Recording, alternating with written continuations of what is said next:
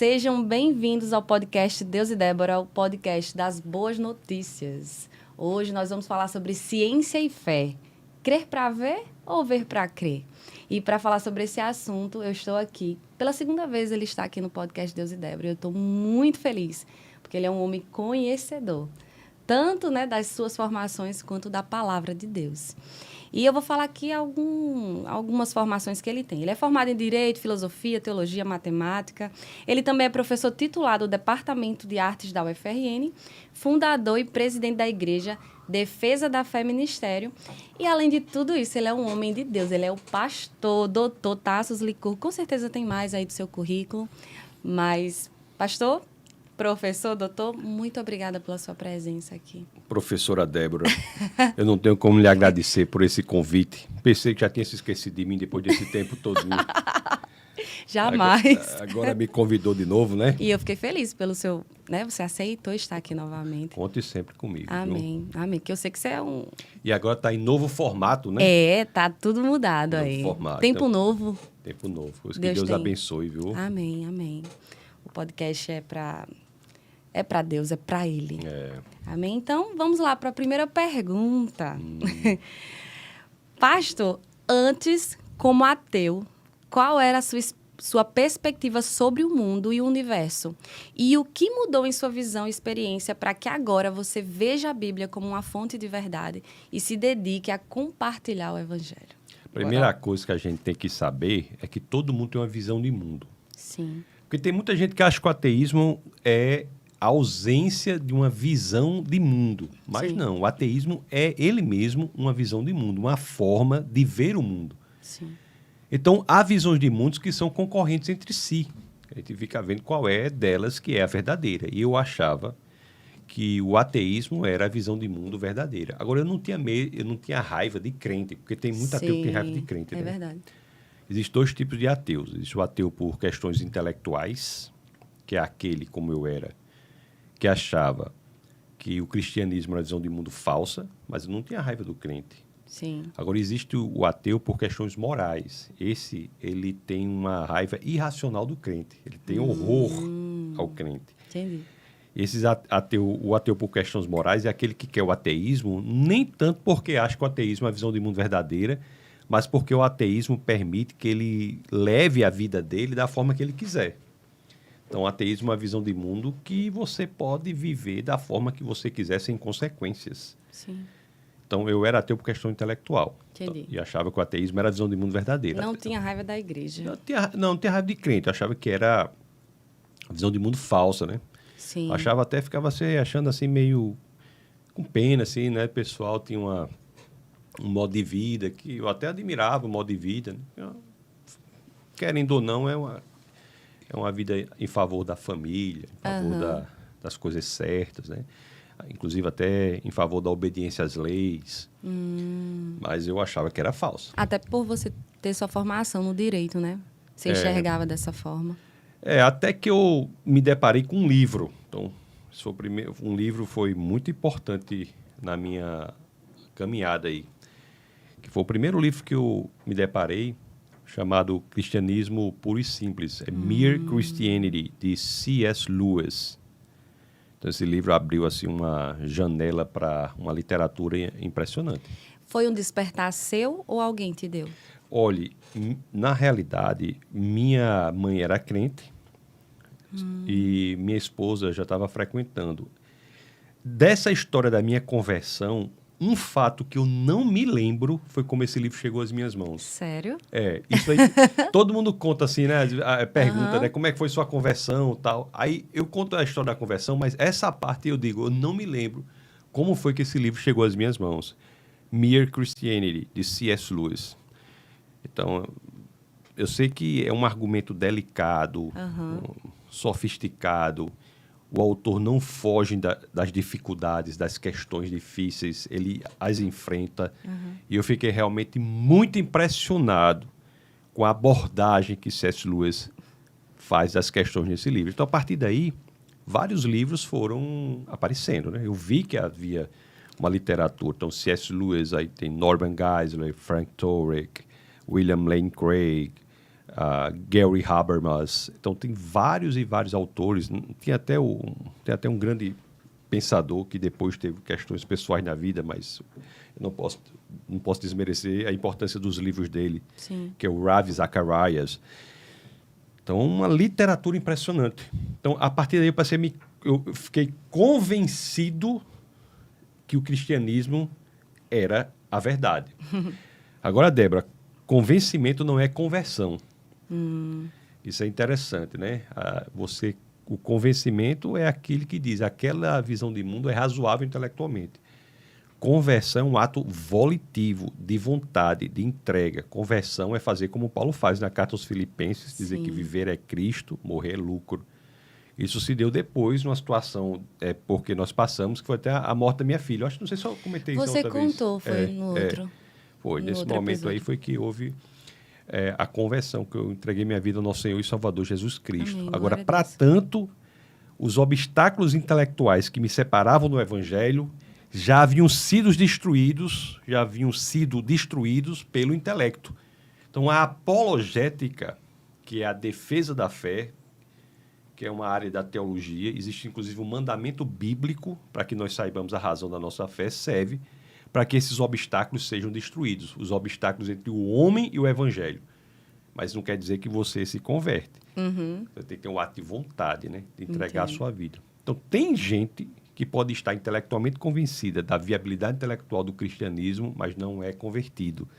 Porque, mesmo assim, ele prefere uma visão de mundo que dê respaldo aos desmandos que a pessoa quer levar na vida. Perfeito. Entendeu? Entendi.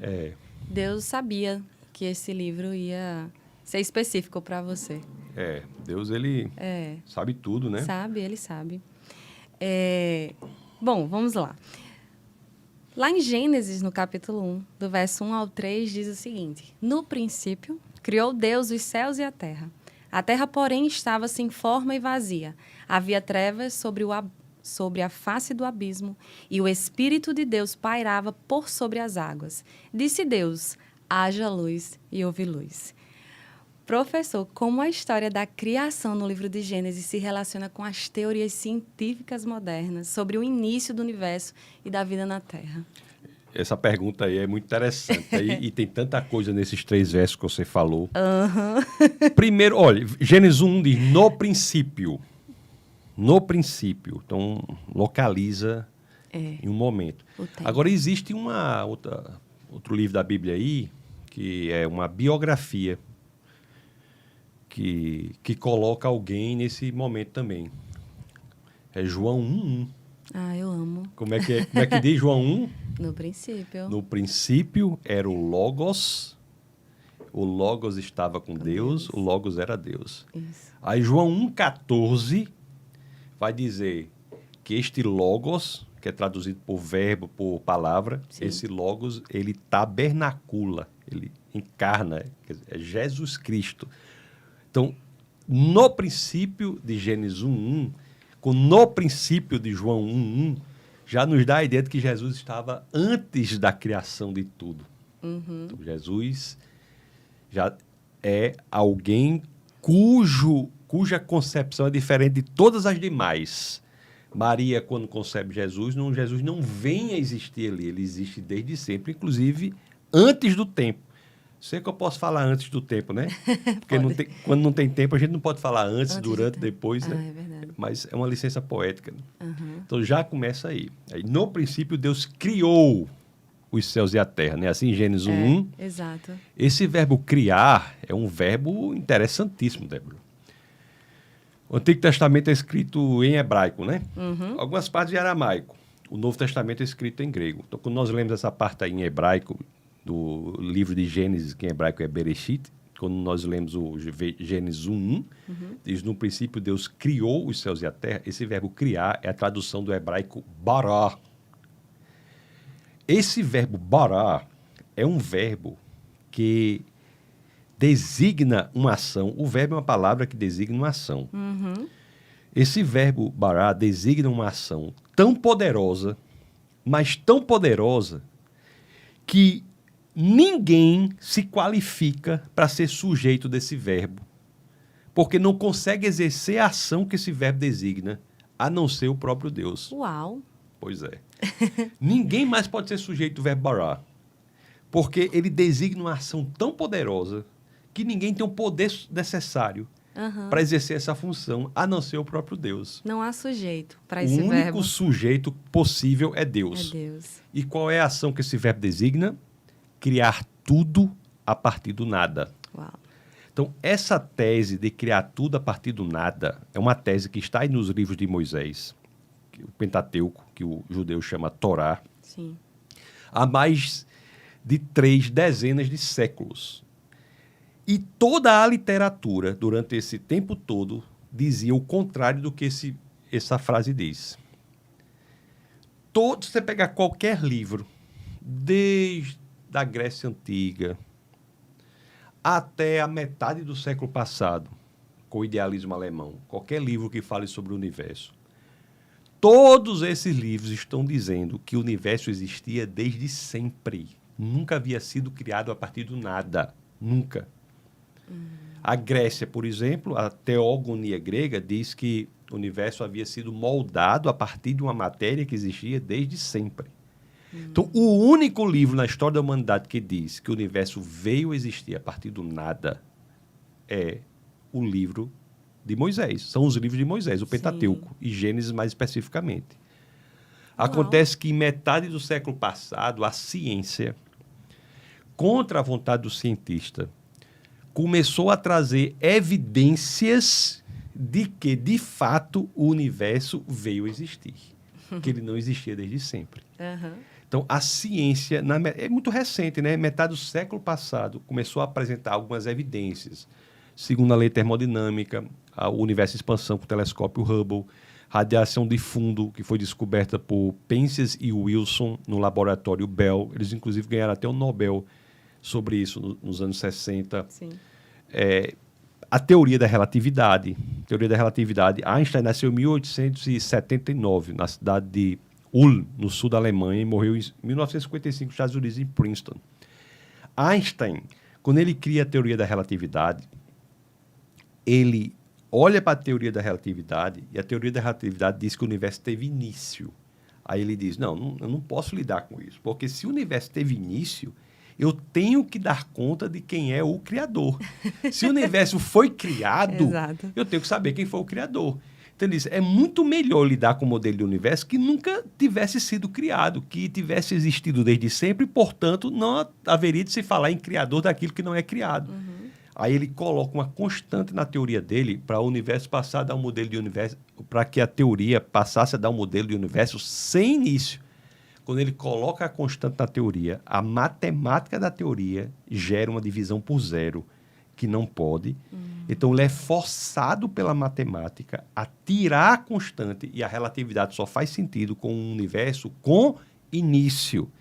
Então, são várias descobertas em ciência, urânio radioativo, várias descobertas em ciência, que, contra a vontade do cientista, força o cientista a dizer que o universo teve início, exatamente como dizem os livros de Moisés. Tem Incrível, né? É incrível. Tem um astrônomo, que nem cristão é agnóstico, chamado Robert Jastrow. Ele conta essa passagem da história intelectual humana assim, sabe? Ele diz assim, é como se o cientista, por séculos e séculos, tivesse tentado superar a montanha da ignorância. Aí subia, escorregava. Aí subia, escorregava. Até que depois de séculos e séculos, quando ele chega ao topo, ao cume, ao ápice dessa montanha, para superá-la, quando ele chega para superar a montanha, lá em cima ele é saudado por um grupo de teólogos que estavam ali sentados há séculos. Então, assim, a teoria do Big Bang, que o povo acha que é negócio de ateu, na realidade, é a rendição da ciência à teologia. Porque o pano de fundo do Big Bang é a ideia de que o universo veio existir e, portanto, tem um Criador. Então, isso só em Gênesis 1.1. Gênesis 1.3 diz o quê? E Deus disse, haja luz e houve luz. Haja luz é exatamente o quê? O Big Bang. O Big Bang não é uma explosão, é uma expansão de luz. Interessante, né? Agora uma coisa interessante também, porque já que a gente fala muito da Bíblia aqui no seu podcast, se você me perguntar por que Deus criou essa metodologia do universo, né? É uma maneira dele nos ensinar sobre o que ele faz na nossa vida. Quer dizer, Jesus é luz, é a luz do mundo. Sim, sim. E quando Jesus entra na nossa vida, é um haja luz em nós. Dissipa as trevas da nossa alma. E assim como Deus faz com o universo, que o Espírito paira e começa a agir, moldando o universo, é a mesma coisa que Deus faz conosco após o haja luz, que é a entrada de Jesus. Perfeito. Quando nós nos convertemos, nós somos imediatamente ressuscitados em nosso espírito, nós nascemos no nosso espírito, mas a obra redentora está completa, mas a obra de santificação se inicia ali. Exato. E o Espírito começa a agir em nossa vida, assim como age no universo, para moldá-lo, entendeu? Perfeito. Que comparação perfeita. Até mesmo no momento de fecundação. Ali, quando a vida está sendo gerada no ventre da mulher, sai um feixe de luz, né? Luz, foi comprovado isso aí, que sai um feixe de luz na hora que fecunda, na hora que a vida acontece. Isso. Porque é profundo. É profundo. É profundo olhar para tudo que Deus criou. Essa semana eu viajei e voltei e comecei a olhar para a paisagem. E era a distância de João Pessoa para Natal. É um pedacinho da terra, pequenininho comparado ao todo. E quando eu comecei a olhar para aquela vegetação, para aquele céu, é grande. É difícil nós mensurarmos o tamanho de Deus. Nós queremos ver Deus. E a fé, nós estamos falando, ver para crer ou crer para ver.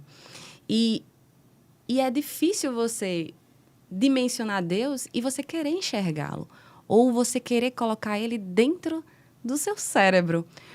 O Senhor fala muito comigo sobre enxergá-lo. Não é possível nós enxergarmos ao Senhor, porque Ele é infinito, Ele é grande demais para caber nos nossos olhos. Por isso que é pela fé. É pela fé. Nós fechamos nossos olhos e cremos sem ver. E eu amo a fé, porque a fé é para os corajosos. É aquele que vai acreditar sem ver, né? E Deus é a resposta que muitas vezes procuramos, a resposta daquele vazio que muitas pessoas carregam. E várias pessoas estão procurando a resposta, não estão? Sim, mas por que nós conseguimos compreender Deus? Essa é uma questão interessante que você colocou. Deus é infinito. Por que nós conseguimos compreender Deus? A resposta está em Deuteronômio 29, 29. Se você puder abrir aí. Deuteronômio 29, 29, a primeira parte dele diz assim: as coisas encobertas pertencem ao Senhor nosso Deus. Ah, que legal. Aí tudo bem. As coisas encobertas, o mistério, isso aí você não tem como entender. Porque pertence ao Senhor nosso Deus. Aí, Deuteronômio 29, 29 continua: mas as reveladas nos pertencem aos nossos filhos para que cumpramos as palavras dessa lei. Lê aí, por favor, Deuteronômio 29, 29. O Senhor nosso Deus tem segredos que ninguém conhece. Pronto. O Senhor nosso Deus tem segredos que ninguém conhece. Em algumas traduções diz: as coisas encobertas pertencem ao Senhor nosso Deus. Então, os segredos que ninguém conhece, isso aí não tem como saber. Certo? A gente não tem como conversar sobre eles com clareza. Sim. Não tem como capturar a mente de Deus. São segredos que pertencem a Ele. Então, a gente não pode falar sobre Deus? Pode. Por quê? Porque Ele resolveu se revelar a nós. A segunda parte do mesmo verso explica isso. Não seremos responsabilizados por eles, mas nós e nossos filhos somos responsáveis para sempre por tudo que Ele nos revelou, para que obedeçamos a todos os termos desta lei. Então, pronto. Ele se revelou a nós. Por que nós conseguimos captar, entender, explicar Deus? É possível explicar Deus. Por quê? Porque Ele voluntariamente se revelou. Se Ele não tivesse se revelado, nós não teríamos como explicar Deus. É verdade. Perfeito. Então, a revelação de Deus é um ato de amor, de uma mente infinita que resolve se revelar para a mente finita que somos nós, para que nós, compreendendo Deus, possamos amá-lo verdadeiramente. Perfeito. Porque você só ama genuinamente aquele que você compreende.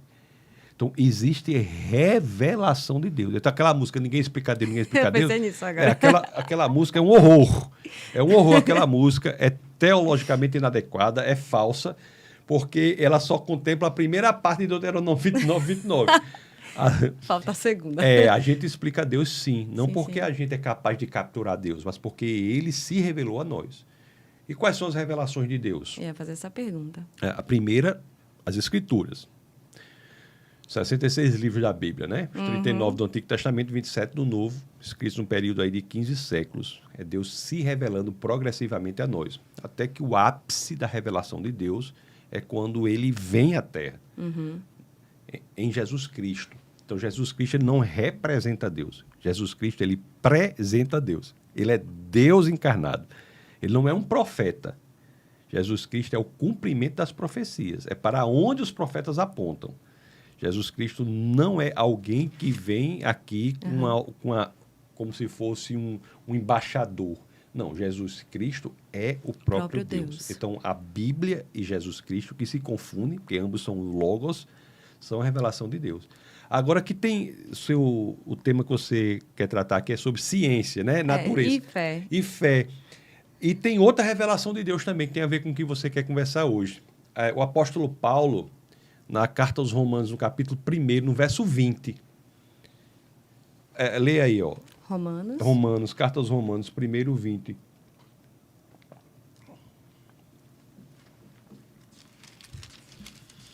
O apóstolo Paulo fala de uma segunda revelação de Deus. 1:20, né? Por meio de tudo que ele fez desde a criação do mundo, podem perceber claramente seus atributos invisíveis, seu poder eterno e sua natureza divina. Pronto. Olha, atributos invisíveis, poder eterno, natureza divina, podem ser percebidos por meio de quê? Por meio... O que você começou a ler. Por meio de tudo que ele fez desde a criação do mundo. Então, pronto. Tudo que ele fez desde a criação do mundo é uma forma, é um elemento por meio do qual você pode ter acesso a quem Deus é. Como a observação que eu fiz durante a viagem. Você estava observando a criação de Deus. Isso. Algo que Deus fez. Então, o que foi que Deus fez desde a criação do mundo? Tudo, o universo e tudo que existe. Tudo que podemos ver. Tudo que podemos ver. Então, qual é o estudo de tudo que Deus fez? Se chama como? Ciência. E o estudo da revelação por meio da Bíblia se chama como? Teologia. Então, a teologia e a ciência, se feitas adequadamente, são debruçar-se, nós nos debruçando sobre revelações de Deus. Perfeito. Entendeu? Se a ciência é feita de forma adequada e a teologia feita de forma adequada, porque a teologia pode ser falha e a ciência pode ser falha. Mas se a teologia é boa e a ciência é boa, elas não hão de se contradizer. Porque são estudos de revelações da mesma pessoa. E uma pessoa que não muda ontem, hoje, nem amanhã, né? Porque às vezes tem gente que muda, né? Tem sim. Tem escritor, Débora, que o maior crítico dele é ele mesmo, entendeu? Como Wittgenstein, por exemplo, é um exemplo disso. Ele escreveu um livro, depois escreveu outro, criticando o primeiro. Foi mesmo? Foi. O primeiro livro que ele escreveu foi Tratados Lógico-Filosóficos. Ludwig Wittgenstein, um dos maiores filósofos do século XX. Aí depois houve uma crítica feroz a esse primeiro livro. Acabou com o primeiro livro. Quem foi o autor do segundo livro? Ele mesmo que criticou ele. Tanto que quando a gente fala sobre Wittgenstein, a gente tem que deixar claro. Você tá falando... Ele ensinou pelo menos sobre arrependimento.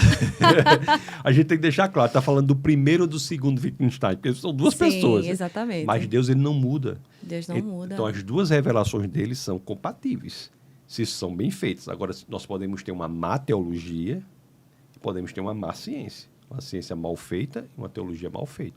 Pastor, eu posso dizer que Deus não muda, né? Sua palavra não passa. Isso. Da mesma forma como tudo que ele criou. Permanece. Desde o princípio.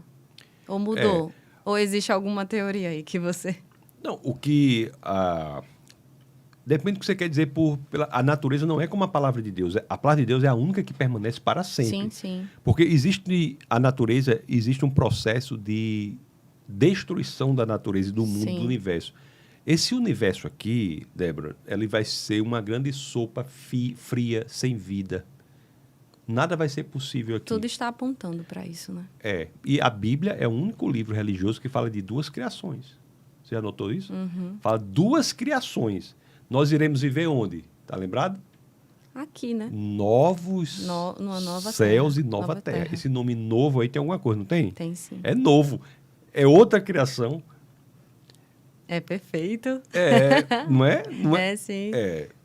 Então, é terra, ou seja, é algo que o que conhecemos aqui vai informar sobre como será, mas é novo, não é esta.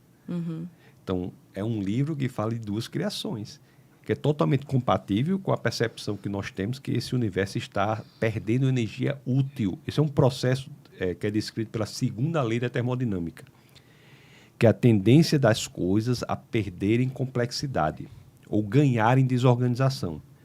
O quarto da pessoa, por exemplo, se não arrumar, vira o quê? Uma bagunça, né? Tudo, né? Tudo. A segunda lei termodinâmica. Entendi. Perfeito. Você falando aí, eu fiquei pensando aqui como foi a sua descoberta com as escrituras. Porque você tinha toda uma bagagem, né? Você tinha muitos estudos. E aí você se deparou com a Bíblia Sagrada. E a gente precisa também entender que Paulo até fala isso, sobre a sabedoria humana e a sabedoria divina. Nós somos um ser trino, eu não sei se você concorda que somos trino, né? Somos um espírito, habitamos num corpo e temos uma alma, né? Alma, corpo e espírito. E a comunicação com Deus é pelo espírito. Então, como foi isso para você? Porque até então, pela palavra, nós entendemos que você usava sua sabedoria humana para entender o mundo à sua volta. E depois, como foi? Você com certeza precisou nascer de novo, né? Houve esse momento. Mas como foi que as escrituras foi revelada para você? Que você disse que essa é a primeira revelação de Deus para com a gente, né? É a Bíblia, é a palavra, é olhar e dizer, nossa, isso aqui estava aqui, eu não sabia. São duas coisas aí. Uma coisa é a conversão. Conversão é um ato volitivo, como eu disse a você. Sim, sim. É você se entregar a Jesus. Você diz assim, Jesus, o Senhor é... Porque muita gente quer Jesus como Salvador, né? Às vezes não quer como Senhor, né? Aceita Jesus como Salvador, mas como Senhor não quer, né? Mas a conversão genuína é assim, é Senhor e Salvador da minha vida. Isso é um ato de vontade. Agora, não quer dizer que seja irracional. Existe no Evangelho uma espécie de pregação anti-intelectualista. É verdade. Entendeu? Não. A fé cristã, ela não é irracional. Isso não quer dizer que a razão leve ao mesmo lugar que a fé leva. Isso quer dizer que a fé leva a lugares além da razão, mas ela não é contrária à razão. Aliás, existe um mandamento na Bíblia dizendo que você deve saber as razões da sua fé. Lê aí na primeira epístola de Pedro, no capítulo 3, no verso 15. E até Paulo fala, né, que nós precisamos entregar o nosso corpo como um culto racional. Então, assim, existe o anti-intelectualismo na igreja, é um horror. É um horror, entendeu? Essa ideia de que você tem que ser louco, que tem não sei o que. Não, isso não é cristianismo. Por isso que o slogan da sua igreja aqui é proibido não pensar. Justamente para quebrar isso, né?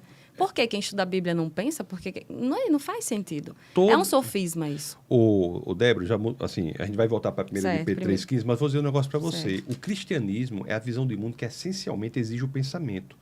As outras não. Porque o cristianismo busca a ortodoxia. Ortodoxia é opinião reta. Orto é reto, doxa, opinião. As outras religiões, inclusive o Islã, inclusive o judaísmo, eles buscam a ortopraxia, a prática correta. É verdade. O Alcorão, né? Pronto. A discussão não é qual é a interpretação correta, vamos a etimologia da palavra, vamos comparar. Não, a discussão é qual é o comando aqui para a gente obedecer.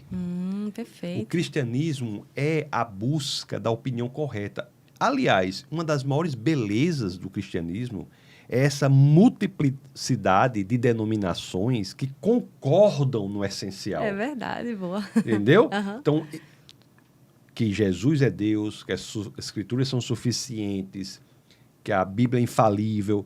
Então, são elementos que geram o cristianismo, embora possa haver discordância secundária.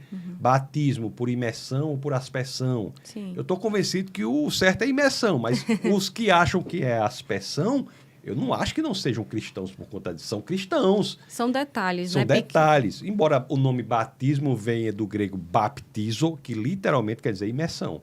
Embora todos os exemplos de batismo na Bíblia sejam por imersão. A aspersão em grego é hantizo, que nas escrituras só dizem respeito à aspersão de sangue animal. Então, assim, tem muitos argumentos para dizer que é imersão, mas alguém que acha que é por aspersão, eu não considero essa pessoa herética por conta disso. Porque eles concordaram no elemento central. Então, veja, o pensamento é parte do exercício do cristianismo. Deus não quer o seu coração e pede para você deixar o cérebro do lado de fora da porta, não.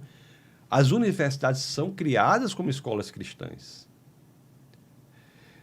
A ciência moderna só aparece em país de matriz cristã. Então, o cristianismo está por trás da possibilidade do pensamento. É a liberdade, né? Isso. É a liberdade. E a liberdade de escolher. A liberdade de escolher, Que exatamente. Deus nos proporciona. Porque a mudança no cristianismo genuíno não é de fora para dentro. É de dentro para fora. Por isso que é liberdade. Só há liberdade numa proposta de vida se a pessoa efetivamente quiser viver aquela vida. Isso. Por isso que é livre. Se você estiver sendo forçado de fora para dentro para uma conduta específica, isso não é liberdade. O cristianismo é a mudança de dentro para fora.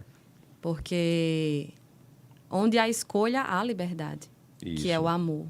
Isso. Então, Deus nos dá a liberdade de escolher livremente crer nele. É isso mesmo. Concordo plenamente com você. E ele deixa tudo revelado, tudo escrito. Pois é. E com base racional. A primeira de Pedro 3,15 que você vai ler é assim, a tradução, uma das traduções diz assim, santifique o Senhor em seu coração, esteja sempre preparado para apresentar a todo aquele que vos pedir a razão da esperança que há em vós. É a versão ARA, é a minha. Se você quiser, não, eu leio pode na ler versão qualquer ARA. um. É bom você ler outra tradução Tá também, bom. porque quanto mais tradução, melhor. Outro erro que o povo diz. Como é que eu vou acreditar num livro que tem inúmeras traduções? O quão maior for o número de tradução, melhor. Eu amo. Porque você compara. Você compara. Você ainda pode conhecer a língua original, né? Você pode ler em hebraico, em grego, e se não quiser, leia várias traduções, porque isso facilita que você chegue ao sentido original. Exato. Pior se só tivesse uma tradução. Exato. Você era refém da visão de mundo do tradutor. E é o compreender profundamente. Quando eu vou estudar a Bíblia, eu gosto muito de estudar nesse aplicativo, eu não lembro exatamente, depois eu coloco aí. E aí aqui, por exemplo, você falou, no princípio criou, e aí eu vou lá e Esse já aí vejo... deve ser o Olive Tree. É, esse mesmo, isso. E aí eu tenho essa oportunidade de mergulhar na riqueza do conhecimento de Deus. Não é algo que eu não posso perguntar. Por exemplo, eu hoje estou entrevistando você, mas eu passo todos os meus dias entrevistando Jesus. Porque eu faço perguntas para ele. Eu quero entender, eu quero saber. E Deus me responde, por que não? Isso mesmo. Não há uma comunhão? Quantas vezes os discípulos perguntaram a Jesus? Isso é outro tema importante. É outro tema Que importante. a gente pode falar, depois de ler isso aí, a gente pode falar sobre isso. Lá em, por exemplo, Tomé. Tomé é interessante. Tomé é né? interessante. Porque Tomé, Jesus não condena Tomé por perguntar. Ele apresenta as evidências. Embora diga, melhor aqueles que não precisam disso.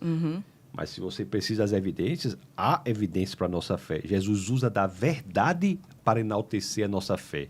Uau. Entendeu? Mas, Vamos lê ver. aí. 1 Pedro, capítulo 3, verso 1 de 15. Pedro 3,15.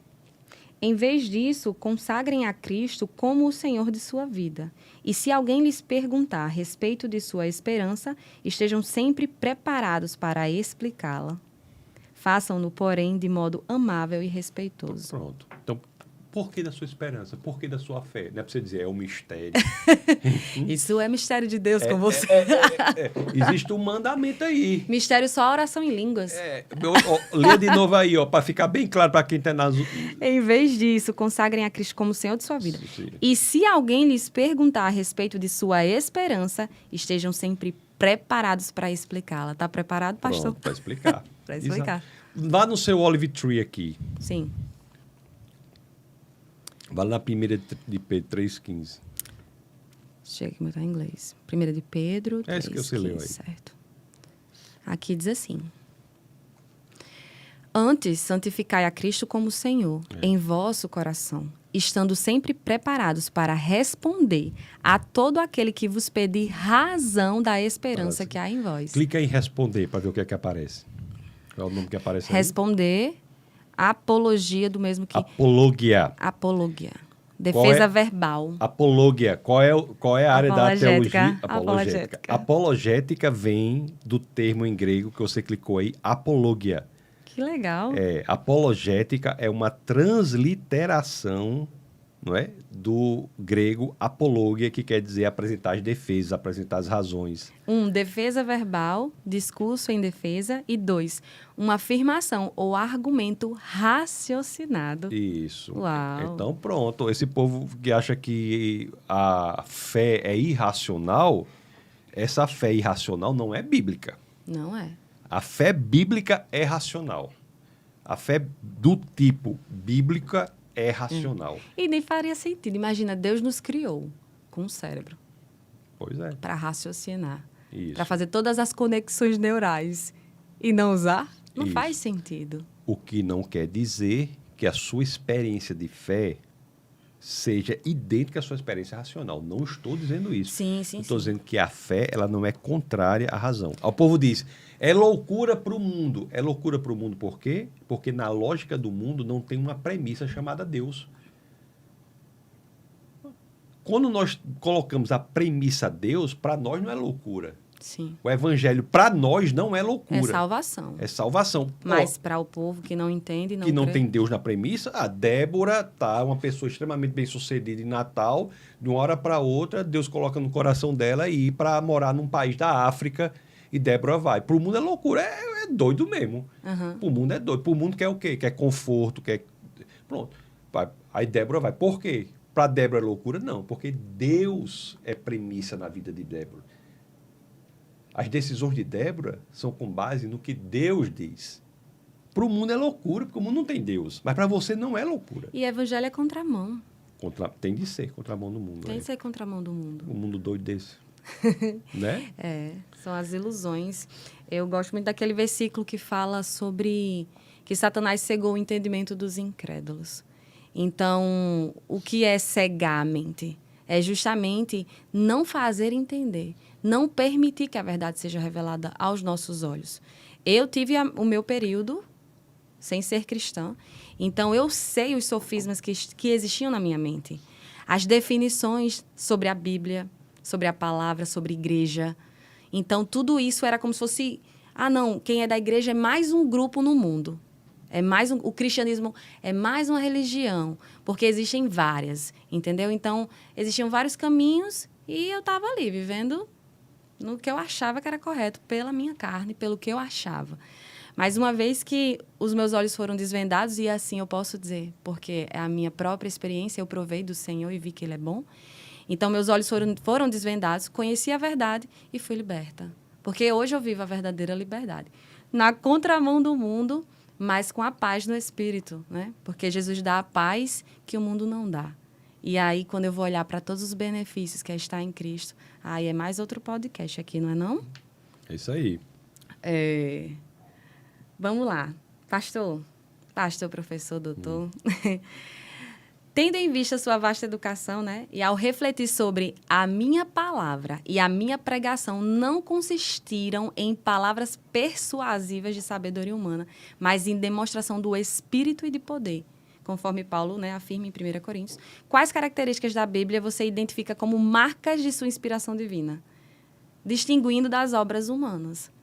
São inúmeras. São inúmeras, né? Você tem 66 livros, 39 do Antigo Testamento, 27 do Novo, escritos num período de 15 séculos por pessoas com passados e repertórios totalmente diferentes. Você sabe quantas conexões existem de livro? Porque eu sempre estou estudando aí Gênesis, aí em Hebreus tem Gênesis, entendeu? Pois é um número impressionante de conexões. De conexões, é né? Muito mais do que qualquer outra livro. obra já escrita, né, na história da humanidade. E tem vários elementos de sobrenaturalidade nas escrituras.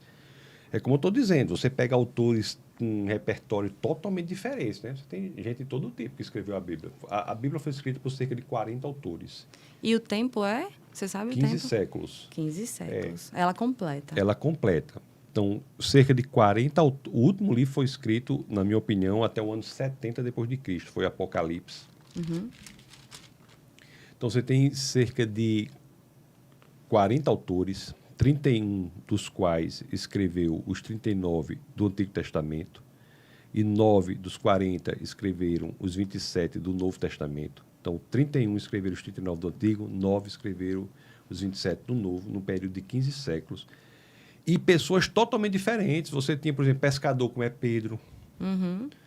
Você tinha reis, Davi. Você tinha filósofos treinados, de alta envergadura intelectual, como era o caso de Saulo ou Paulo, que nunca mudou de nome, né? O pessoal acha que sempre teve os dois nomes, dupla nacionalidade. Tem o nome hebraico, que era Saulo, e o romano, que era Paulo. Paulo estudou aos pés de Gamaliel, que era neto de Hilel, que foi o fundador da maior e melhor escola judaica de todos os tempos. Uau. Então, Paulo era uma pessoa de alta capacidade intelectual. E todas essas pessoas diferentes, em lugares diferentes, né? Livros escritos em palácios, livros escritos em desertos, estilos literários diferentes. Você tem poesia moderna, elementos de poesia moderna nos primeiros capítulos já de Gênesis, quando você tem assim o primeiro Yom, segundo Yom, terceiro Yom, que é traduzido por dia, é uma tradução errada, se você quiser falar sobre isso. O Legal. primeiro, o segundo e o terceiro Yom, aí são os espaços. Aí o preenchimento dos espaços é o quarto, quinto e sexto. O quarto preenche o primeiro, o quinto preenche o segundo, o sexto preenche o terceiro. Você fala a ordem da criação. A ordem da criação de cada coisa. Tem um paralelismo entre a criação dos espaços e o preenchimento dos espaços. Perfeito. Então, o primeiro, segundo e terceiro períodos são preenchidos pelo quarto, quinto e sexto, num paralelismo que é um elemento de poesia moderna. Tem poesias como Salmos, Provérbios, tem livro até para evangelizar tarado, tem, que é Cantares, tem para evangelizar. O livro de Atos, que é escrito por aquele que mais escreveu no Novo Testamento, que foi o apóstolo Lucas, em quantidade de texto. Paulo foi quem mais escreveu em quantidade de livros. Mas em quantidade de texto, Lucas foi quem mais escreveu. Legal. É um livro que é um livro de história. Você tem 84 fatos que são provados pela história ou pela arqueologia, de maneira indubitável, só no livro de Atos. No Evangelho de João, você tem 54. Então, assim, e você vê, isso tudo não tem uma só contradição. Exato. Isso é um elemento de sobrenaturalidade. Eu sei como é. Os livros que eu escrevo depois, tem que analisar se algum trecho ali que aparentou ser contraditório para melhorar, para resolver. Eu sozinho. Você imagina um aglomerado. Então, é um elemento de sobrenaturalidade. Sem falar das profecias. Não é? Tem Isaías, Daniel, previsões que acontecem 8 séculos depois, na morte de Jesus de Nazaré, de maneira específica. O próprio nascimento de Jesus é algo impressionante, que é previsto pelos profetas. Então, todos esses elementos fazem com que mesmo o ateu tenha de dizer e aceitar que este livro é único comparado com qualquer outro. Agora, muita gente diz assim, né? Mas será que não mudaram o livro com o passar do tempo para adequar isso? Já né? me fizeram essa pergunta. Pois é. Até isso nós temos resposta. Porque, veja que interessante, só do Novo Testamento. Eu não sei se você sabe, o Antigo Testamento é o livro sagrado dos judeus. Sim, sim. Pronto, É o Torá, né? é a Tanar. Torá é o Pentateuco. Ah, tá. O livro sagrado dos judeus tem 3 grandes partes, que é Torá, o Nevi'im e o Ketuvim. que esses três juntos formam o mesmo texto dos 39 livros do Antigo Testamento. Embora o livro judaico tenha uma divisão menor, 24 livros. Mas o texto todo é como uma pizza. Uma pizza você pode cortar em 8 fatias, em 16, em 2, né? Uhum. Então, aquela pizza ali é mais bem cortada no Antigo Testamento, mas é a mesma pizza do livro sagrado judaico, só As que com mesmas menos palavras. livros. Os profetas menores, por exemplo, para nós, cada um é um livro. Para eles é um livro só, os judeus. Entendi. Mas o texto do Antigo Testamento é o texto sagrado judaico, que é fechado no Concílio de Jâmnia, no ano 90 depois de Cristo. E é muito bem guardado, porque os judeus são o povo da palavra. Então, eles guardaram o Antigo Testamento. Então, agora, o Novo Testamento, que começa com 4 biografias de Jesus de Nazaré, Mateus, Marcos, Lucas e João, é o livro que começa com Jesus e o povo acha que as pessoas alteraram. Só que há um elemento que é impressionante. Existem hoje 5.686 cópias só do texto do Novo Testamento. Uau. Cópias no grego original, porque o Antigo Testamento foi escrito em hebraico, o Novo em grego. Só cópias para o grego existem 5.686 cópias. Se nós compararmos essas cópias, colocarmos as 5.686 cópias aqui e formos comparar, essas cópias são idênticas em 99,5% dos casos. Deus. Olha, 5.686 cópias é muita cópia, viu? De texto da antiguidade. Só para dar um exemplo para você, os livros de Platão, por exemplo, os diálogos de Platão, por exemplo, dos historiadores como Tácito, Suetônio, da antiguidade, são baseados em não mais do que 7 cópias. Nunca ninguém alegou problema nesse livro por conta disso. 7 cópias, 8 cópias. Nós estamos falando de 5.686. O segundo lugar nessa corrida é um livro extremamente importante para o grego. O povo grego, que foi o povo mais inteligente que já pisou sobre a Terra, né? A Grécia Antiga, que é a Ilíada de Homero, com 643 cópias. Então, você pega essas 5.686 cópias, você compara os manuscritos, eles são idênticos em 99,5% dos casos. O 0,5% que há alguma divergência é por 80% desse 0,5% de divergência é unicamente questão de ortografia. Uau. E nenhum ponto toca em um elemento central do cristianismo. Por que que isso é importante? Nós temos tantas cópias assim, porque se alguém alterasse alguma cópia, haveria 5.685 cópias apontando a alteração. Sim. Então, é muito Deus para preservar a palavra. A estratégia muito melhor é ter permitido que os originais não fossem mantidos e as cópias tivessem sido mantidas.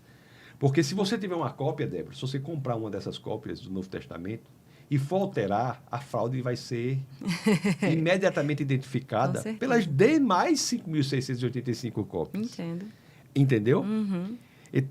E sem dizer que o quão maior é o número de cópias, mais recursos nós temos para chegar ao texto original. É como você ter um bocado de meia furada. Se você vestir uma em cima da outra, vai ficar sem buraco.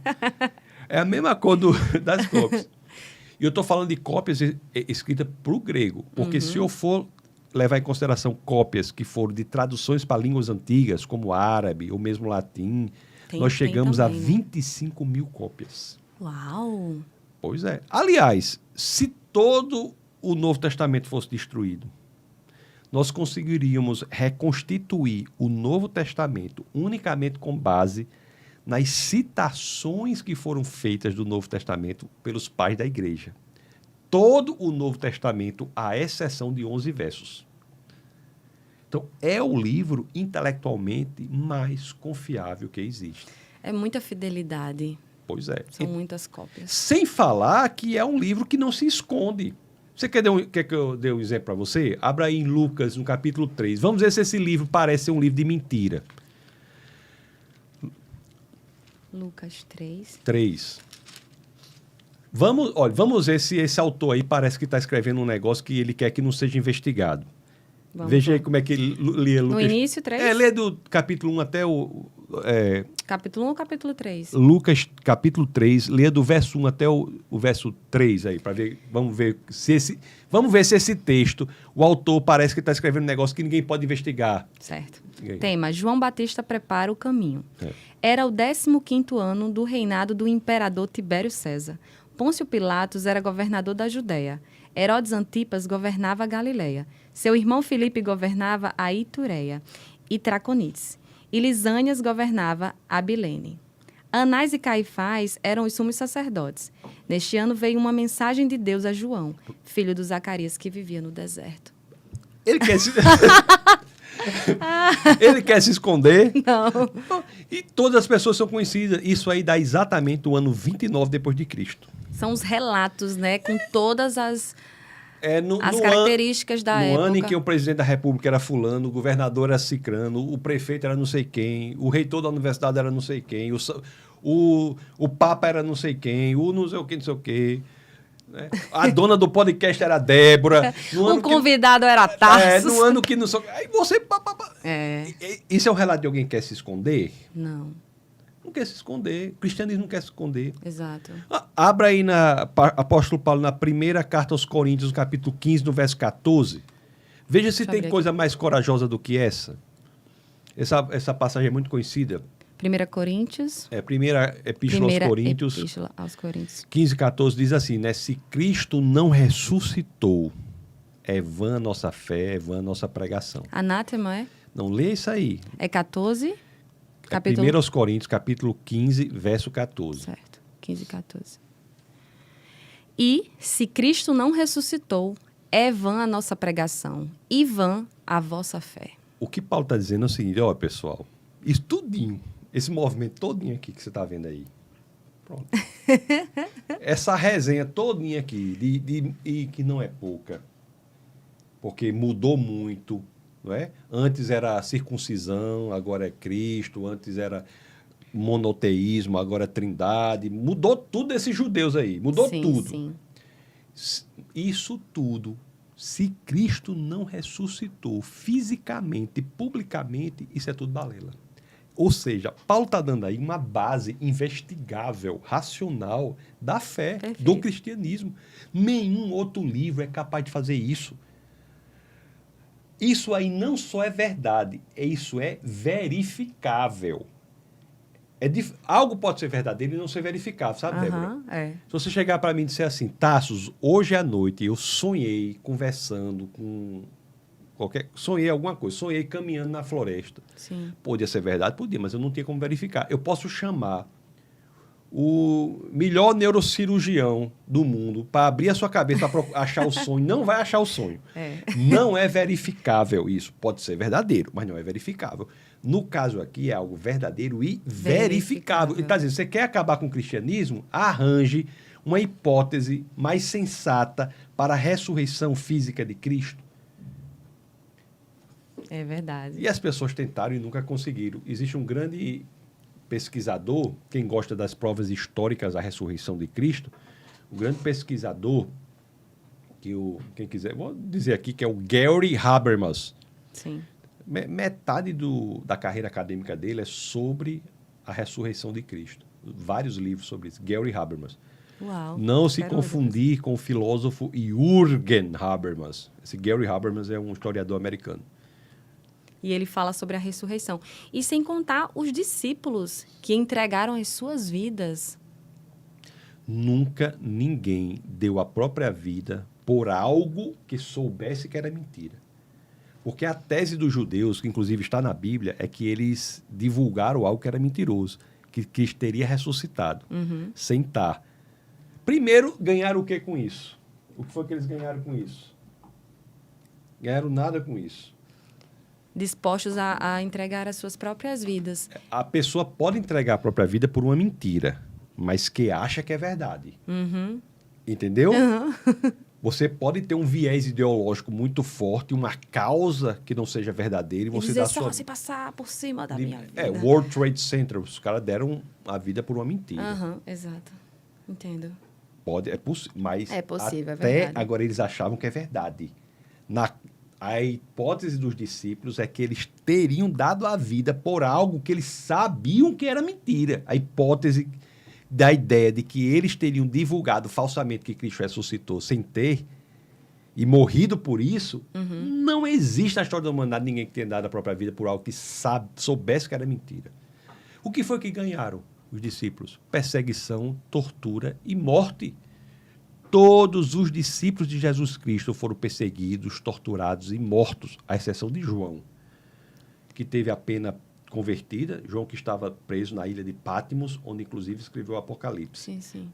Todos os demais foram perseguidos, torturados e mortos. João só não foi morto, né? Até botado num caldeirão de óleo quente, botaram. Nossa.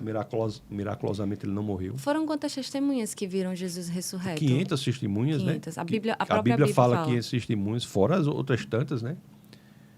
Jesus, ressurrecto. Você já viu a definição lá no Alcorão sobre a passagem De quê? da crucificação de Cristo? Qual é o argumento que eles usam? Para o Alcorão, Jesus não morreu. A palavra que eles usam no Alcorão é simulado. Eles dizem que foi simulado. Isso. É o argumento que eles usam para a questão da cruz.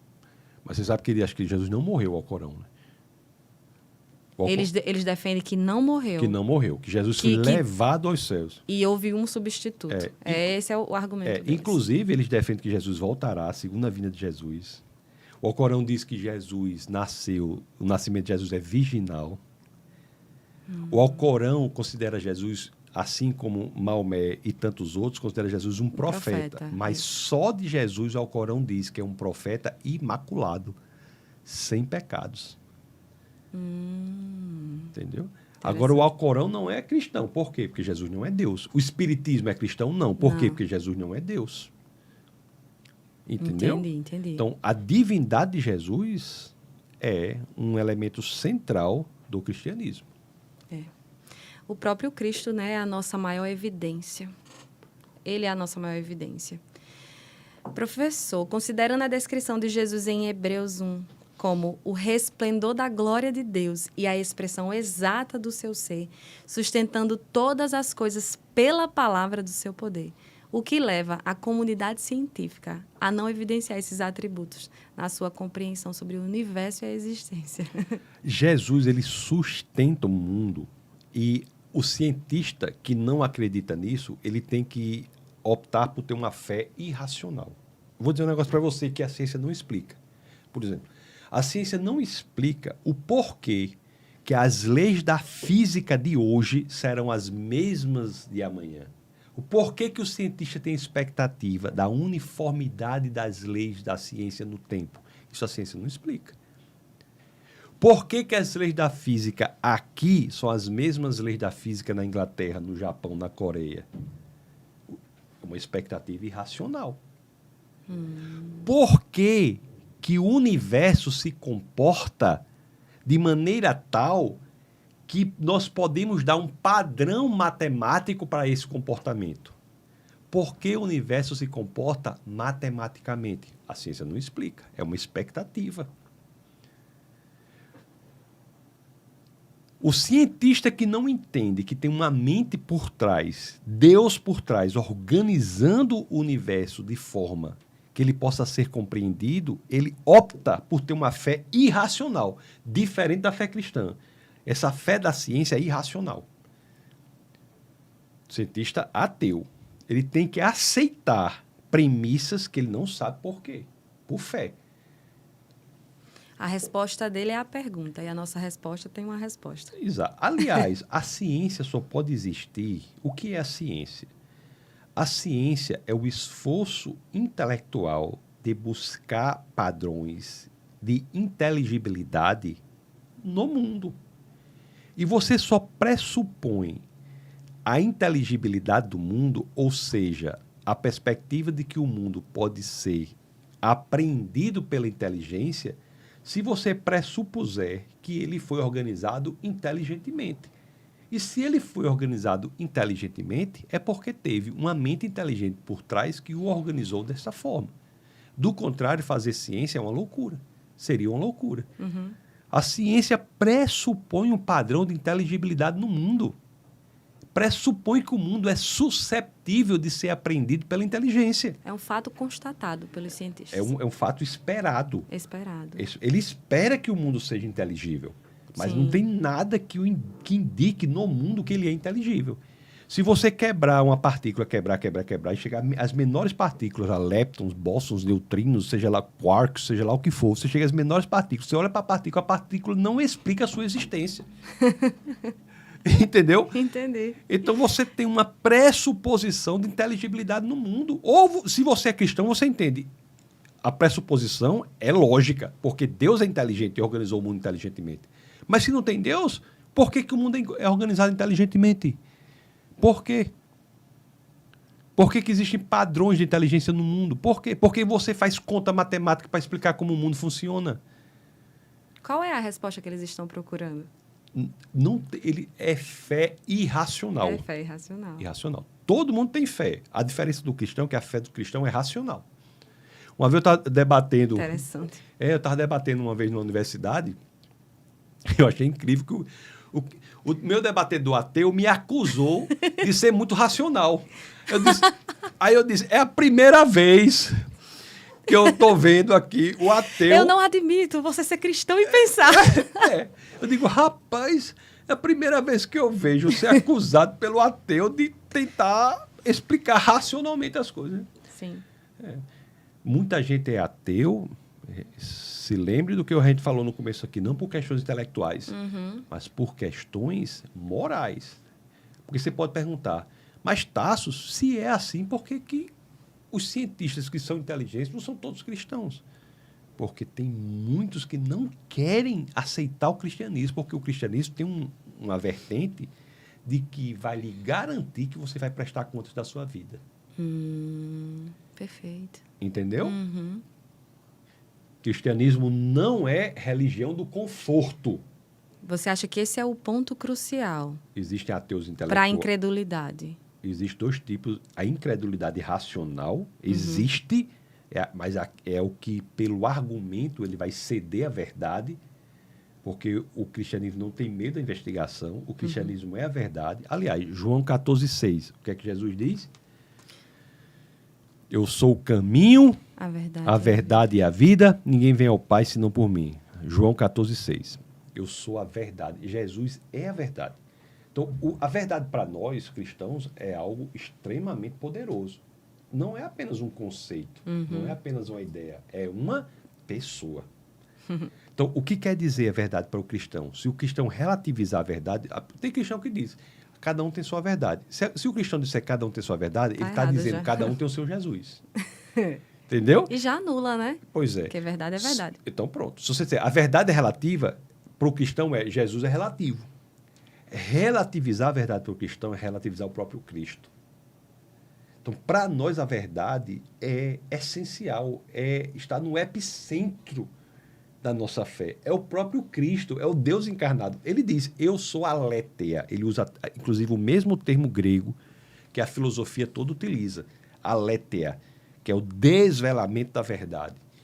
O desvelamento do mundo, para buscar a verdade primeira. Então, a verdade é essencial, está no núcleo da nossa fé. Então, nós não temos medo da verdade, pode investigar. Um dos erros que os pais fazem lá no Defesa da Fé, onde eu sirvo como pastor, nós temos lá para as crianças lá um mês de teologia, um mês de apologética. Que um legal. mês de teologia, um mês de apologética, um mês de teologia, um mês de apologética. Lá as crianças podem perguntar, questionar. Nós não temos medo das questões. Perfeito. Lá, nós não dizemos para a criança não pense. Sabe o que a gente faz com a criança que pergunta muito? Nós a tornamos uma especialista na dúvida que ela traz. Que legal. Isso é criar pessoas fortes para os desafios que ela tem que enfrentar na vida. As crianças lá são treinadas para serem missionárias na idade delas, no mundo em que elas estão. As crianças estão nos ambientes para influenciar. Mas, para tanto, assim como qualquer pessoa, elas têm de ser treinadas. Se você chega para uma criança... Eu não sei se você tem filho ainda. Tenho, sim, Isabela, 2 anos. Então, pronto, você chega a Isabela, 2 anos, né? De 2 até 8, 9 anos, você tem que expor sua filha ao que é bom, belo e verdadeiro. bom, belo e verdadeiro. Arte de qualidade, poesia de qualidade, literatura de qualidade, coisa boa. Joga a televisão no lixo. Nada de televisão, essas porcarias não servem de nada. Aí, quando ela vai tiver com 8, 9, 10 anos, ela vai começar a fazer questões. O grande erro é o pai exatamente abafar essas questões. A criança tem que entender que o cristianismo, ela não tem medo de questões. É a verdade. E se ela não encontrar a resposta no cristianismo, ela vai encontrar a resposta em outro lugar. Uma resposta falsa. Para nós mesmo. que somos cristãos. Se no cristianismo ela tem algo que diz assim, não pense, não duvide, não questione. Está negando o próprio cérebro. É lógico. A própria forma de ser. O que é que nós somos, senão um ser criado à imagem e semelhança de Deus, cuja característica que nós adquirimos é uma inteligência muito superior a qualquer animal. Isso. É só olhar para tudo que já existe, né? O ser humano não tem comparação com nenhum outro animal. O povo acha, né? O povo diz assim, Débora, meu cachorro é muito inteligente, só faz xixi no jornal. Eu digo, xixi no jornal? Eu pensei que ele iria ler o jornal. O cachorro inteligente que faz xixi no jornal. O cachorro inteligente se lesse o jornal e ainda fizesse uma análise crítica do que leu. Né? Entendo perfeitamente. É totalmente diferente. Já viu aquele negócio de Ariano Suassuna com o pregador de roupa? Você já viu isso aí? Não, vi não. Tem uma passagem dele que eu vi, achei tão interessante. Ele disse, olha, para onde eu vou, eu levo esse pregador de roupa. Ele tirou um pregador de roupa. Aí ele disse, você está vendo isso aqui? Ó? São duas madeirinhas unidas por um aramezinho dobrado assim de forma engenhosa. Eu aperto aqui, abre ali, eu solto aqui, fecho aqui. Né? Aí ele diz, o macaco pode passar 500 milhões de anos que não faz um negócio desse. Perfeito. O pregador de roupa. E os sonetos de Shakespeare, de Augusto de Carvalho Rodrigues dos Anjos, as sinfonias de Beethoven, as obras geniais, as expressões artísticas mais profundas. Quando é que um macaco vai fazer um negócio desse? É admirável tudo que o ser humano faz.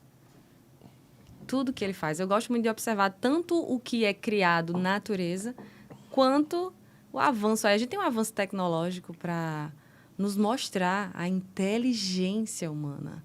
Nós somos inteligentes. Nós pensamos, por que Deus iria fechar isso, negar isso a nós, para se aproximar dele? Jamais. As ideologias anticristãs estão descristianizando a maior e mais livre civilização já criada na história da humanidade, que foi a civilização ocidental, e a consequência dessas ações perversas do inimigo de nossas almas é um emburrecimento do povo. Então você veja que o Satanás ele age por essas ideologias anticristãs para emburrecer a população. São os sofismas. A educação hoje está um horror. Ontem mesmo eu participei, fiz um pronunciamento na Câmara Legislativa do Distrito Federal sobre o CONAI, o Plano Nacional da Educação, que vem aí. É um horror. Então, assim, o que tem ocorrido no Ocidente, em razão da descristianização, é um horror. Você tem aí, Débora, você tem uma queda abrupta de QI da população no Brasil. Se você tem uma população com QI médio de 103 e cai para 100, você não sente tanto. Mas no caso do Brasil, que é 80, o QI médio, se cai 10 pontos, nós estamos falando já de deficiência intelectual. Uma população deficiente intelectualmente, em média, por uma descristianização. Então, todo esse movimento da educação, de Paulo Freire, do construtivismo, esses movimentos perversos têm destruído o homem, descristianizando o Ocidente. Então, assim, se você aceita minha respeitosa sugestão, não vá botar sua filha em negócio construtivista. Não presta. Não presta. É a ideia de que você aprende, o conhecimento vem de dentro para fora. Que conversa é essa? O menino escreve casa com Z, o professor não corrige. Meu Deus. Não pode corrigir. Mais de 50% das crianças com 8 anos de idade no Brasil não conseguem ler 60 palavras por minuto, nem fazer contas simples de matemática. Tem algo de errado. Tem algo de errado. Você tem conversado sobre isso, você conversa com as pessoas por aí, você vai ver que as crianças hoje, que se não forem educadas em casa, elas não aprendem a ler na escola. Nós inventamos a impressionante instituição da escola que não serve para ensinar ninguém a ler. Ninguém a ler. Então, compre a cartilha fônica para você ensinar a sua filha. Senão, ela não vai aprender a ler na escola. Porque o coitado do professor, se ele não for contra o sistema, ele fica incapaz de ensinar o aluno a ler. Meu Deus. Está desse jeito. Compre a cartilha fônica. Sabe o que é o beabá? Beabá. A gente aprendeu assim. Eu aprendi assim. Você é nova, né? Mas eu, na minha época, eu aprendi assim. Aprendi a ler muito bem. Eu fui ensinado por minha mãe. Sim, eu fugi sim. da escola quando eu era criança. Fugi. Eu fugi da escola, sabia? Sério? Foi. Eu fui alfabetizado por minha mãe. Você não gostava da Não escola? gostava da escola, não. Até hoje eu ainda Mas não gosto. porque você- Essa raiva manteve-se durante a vida toda. Aham. Porque as escolas não são mais as escolas que Pois é, existiam. na época já era melhor, né? Mas eu fugi Imagina hoje. Hoje tá um horror. São muitas influências que os resultados estão apontando para um QI reduzido e ninguém está vendo. O QI está caindo. O PISA, o Brasil está nas últimas posições. Todos os rankings internacionais em educação, o Brasil está horrível. O que acontece no Brasil em 10 anos só acontece nos países em 50 anos. O Brasil está um horror. E não é falta de investimento, não, nem de gente, não. Qual é o fator que você acha? A metodologia. A metodologia. Construtivista. Os pensamentos, as ideologias. Paulo Freire, que influencia o construtivismo. O povo diz, Paulo Freire não influencia. É mentira. Paulo Freire e John Dewey influenciaram a Unesco e o Brasil, o MEC, num método perverso, satânico de destruição das pessoas. É isso que está acontecendo, ninguém está vendo. Ninguém olha para os resultados. Em horas por resultados. Aliás, o remédio para o resultado é piorar o veneno. Olha, o Brasil não investe pouco em educação. O Brasil investe em torno de 6% do PIB em educação. Falei ontem no meu pronunciamento na Câmara Legislativa do Distrito Federal. 6% de educação é 30% a mais do que a média dos países da OCDE. O Brasil investe, em termos percentuais do PIB, mais do que os Estados Unidos em educação. Mas tem que investir correto, né? Corretamente. Ô Débora, preste atenção no que eu vou lhe dizer. Se você pegar todos os servidores públicos da União, eu sou um deles. Você pegar todos os servidores públicos da União, tirando os militares, as Forças Armadas, certo? Os civis. Mais da metade dos servidores públicos da União é do MEC, do Ministério da Educação. Dos 700 mil servidores, a última vez que eu fiz a conta deu 52%. Dos 700 mil servidores da União, civis, mais da metade está no MEC, do Ministério da Educação.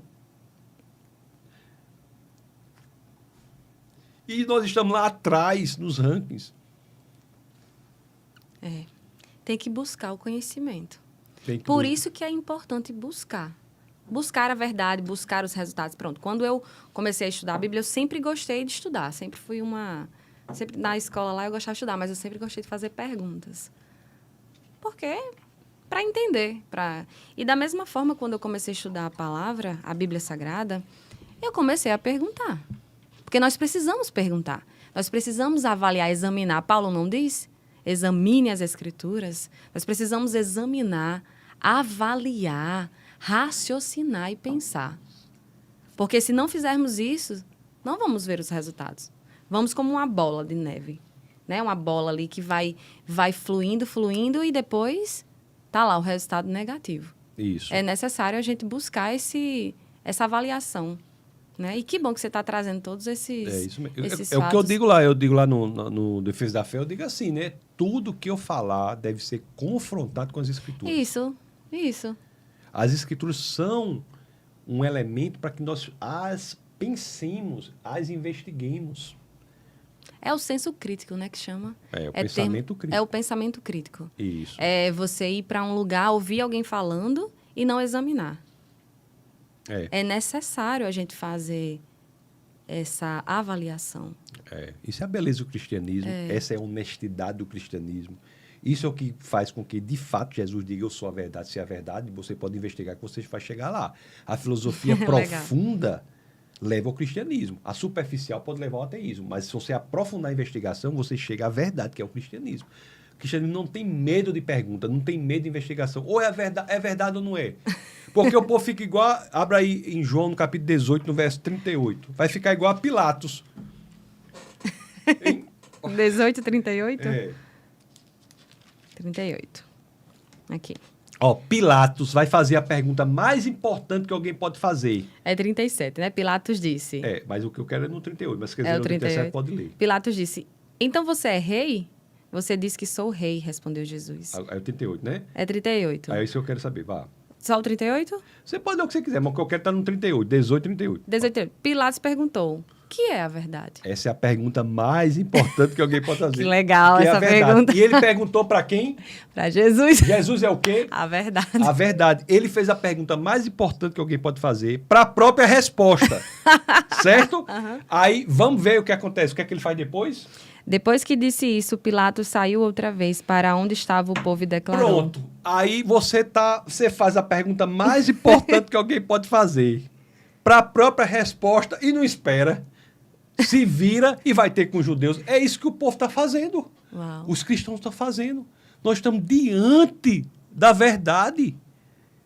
E nós nos viramos e vamos para outros lugares. É. Igual a Pilatos. É. João 18, 38. É só buscar, né? Conhecer. É. Nós temos tudo aqui na palavra de Deus. Você quer que eu continue lendo, é? Não, é só essa Sim. parte mesmo. Que ele Que foi é embora a verdade. já. É. Que é a verdade? É. O que é a verdade? Perguntou para a própria resposta. Uau. Para a própria resposta. Jesus não é a verdade? João 14, 6, ele não diz, eu sou a verdade? Isso. Então, pronto. Conhecereis a verdade. É. Mas ele não conhecia. Mas estava lá, né? É, estava lá na frente dele. É. Às vezes Jesus está diante de nós e nós não o conhecemos, É. né? Ele não diz isso? Diz. Que muitos virão até ele e dirão, Senhor, Senhor, em teu nome nós fizemos tantas É. coisas. Mas são os hipócritas. É, É. que não tiveram relacionamento nem comunhão com ele. É. Nem frutificaram o caráter dele, né? Amém.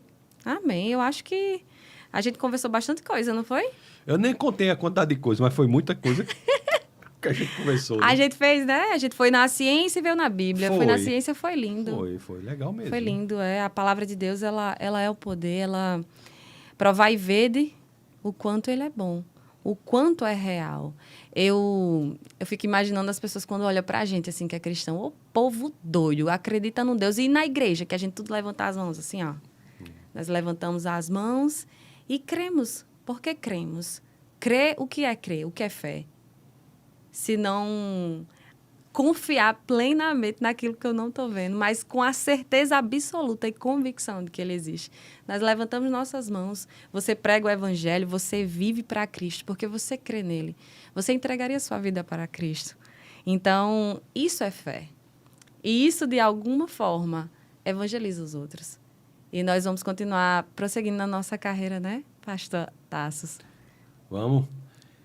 Até O fim. o fim. Até o fim, né? Até o fim. Então, realmente, isso nos dá propósito e sentido para esta breve passagem aqui na Terra. Exato. Não é? Nossa caminhada não é busca pelo conforto, Isso. não é? É busca por verdade. Isso. Se alguém quer uma religião porque quer conforto, a última que eu indico é o cristianismo. O cristianismo, você tem que estar no desconforto. Desconforto. Por que desconforto? Porque Deus pede a você coisas que você sabe que você, por si só, não consegue realizar. E você dá o primeiro passo porque você tem a convicção, a fé de que você não está só. Sim. É como Abraão. Abraão, deixa aí, Abraão, essa coisa que você está a sua parentela, deixa as terras do teu pai e vai. Aí, Abraão, para onde? Para um lugar que eu lhe mostrarei. É desconfortável. É lógico, é lógico.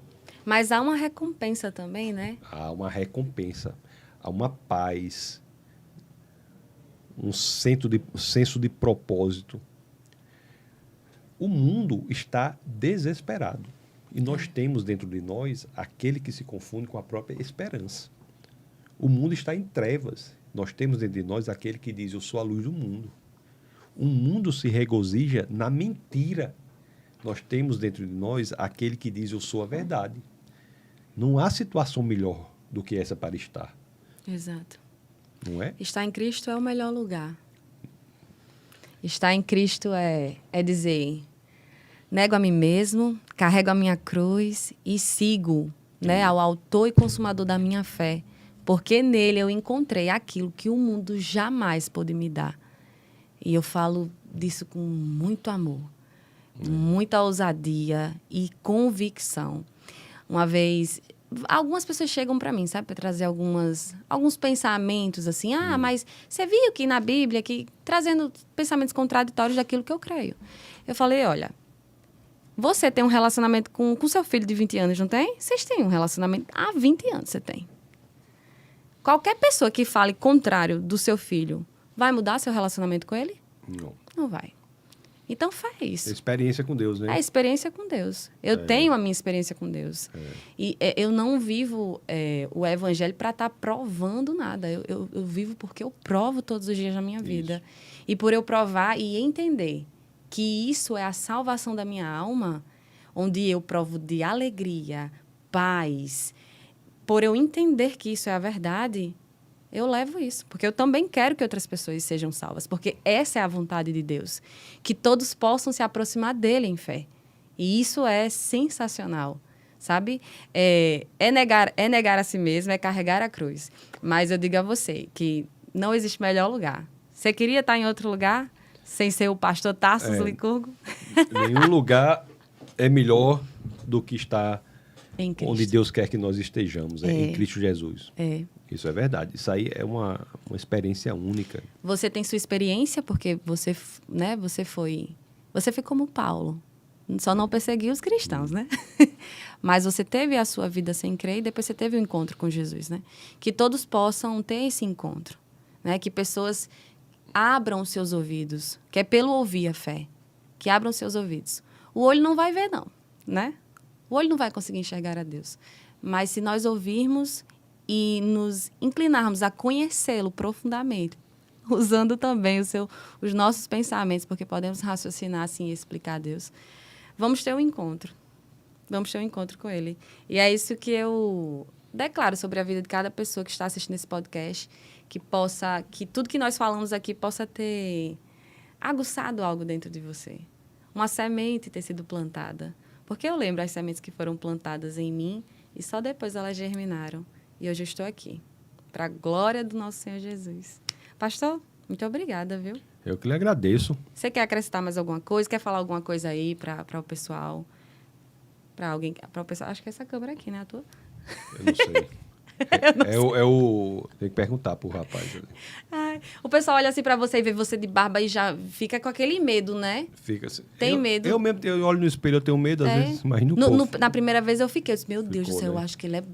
né? Mas não, você é um homem de Deus. Né? Cheio da palavra. A barba dá medo, né? Economiza, né? Prestobarba, né? A pessoa economiza um bom dinheiro no Prestobarba e tudo.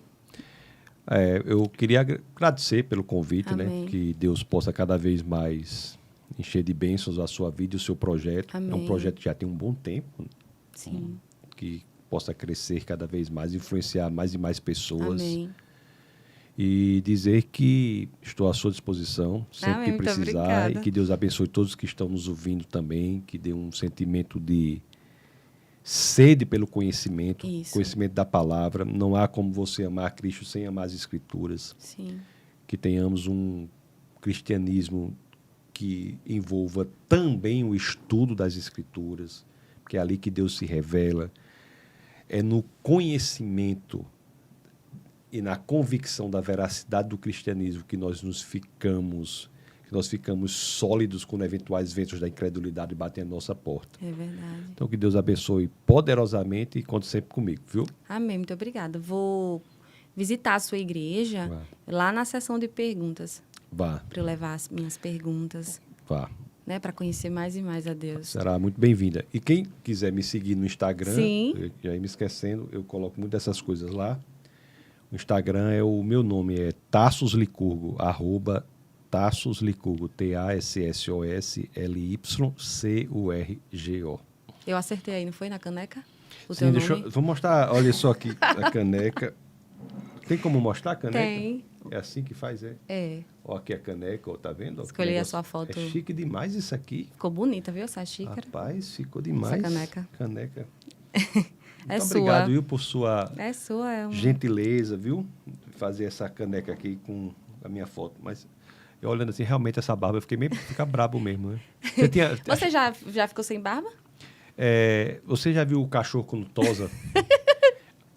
Aí fica mufino, né? Eu fiz uma vez, eu fiquei igual o cachorro quando tosou, sabe? Uhum. Aí nunca mais eu fiz não, né? Jesus, ele andava, né? De barba, né? De barba. Só não Eu pode- acho que representava também a autoridade. Eu só não posso ir para a Assembleia, né? Mas para os outros lugares eu posso ir. Pois amém, pastor. Muito obrigada pela sua presença. Espero que você possa vir mais vezes para eu aprender mais com a sua vida. Caminhando, né? Todos nós caminhando juntamente, né? No Conjuntamente aprendizado. no aprendizado da palavra de Deus. A Bíblia tem isso também. Cada vez, né, que você estuda, é uma coisa nova. São coisas assim, são coisas impressionantes. As escrituras têm coisas. Se você perguntar para mim São tesouros. o que eu gosto mais de fazer é o meu momento de ler as escrituras. Devocional, né? Porque para mim é como se eu estivesse na praia com Jesus e Olha ele aí. respondendo para mim Olha aí. as riquezas, as palavras de vida eterna. E não tem medo de ler o Apocalipse, não, né? Não, eu já li Apocalipse. Inclusive, eu trouxe o Antônio Lira, não sei se você conhece, ele fala sobre a justiça, Ele sobre é? o fim dos tempos, sobre o inferno. Foi isso. Sobre ele Tem traz gente que tem medo do Apocalipse, né? Tem, porque é o medo do julgamento, né? Mas a Bíblia fala que onde há amor, não há medo. É. Então, o amor lança fora todo o medo, e se estamos em Cristo, não há condenação, né? Mas é o conhecimento da palavra. Como a gente não conhece, a gente fica se condenando, né? Mas leia Apocalipse também. Mas não comece por lá, não, se você nunca leu a Bíblia. Bom, gente, ficamos por aqui com mais um episódio. E até a próxima, em nome de Jesus.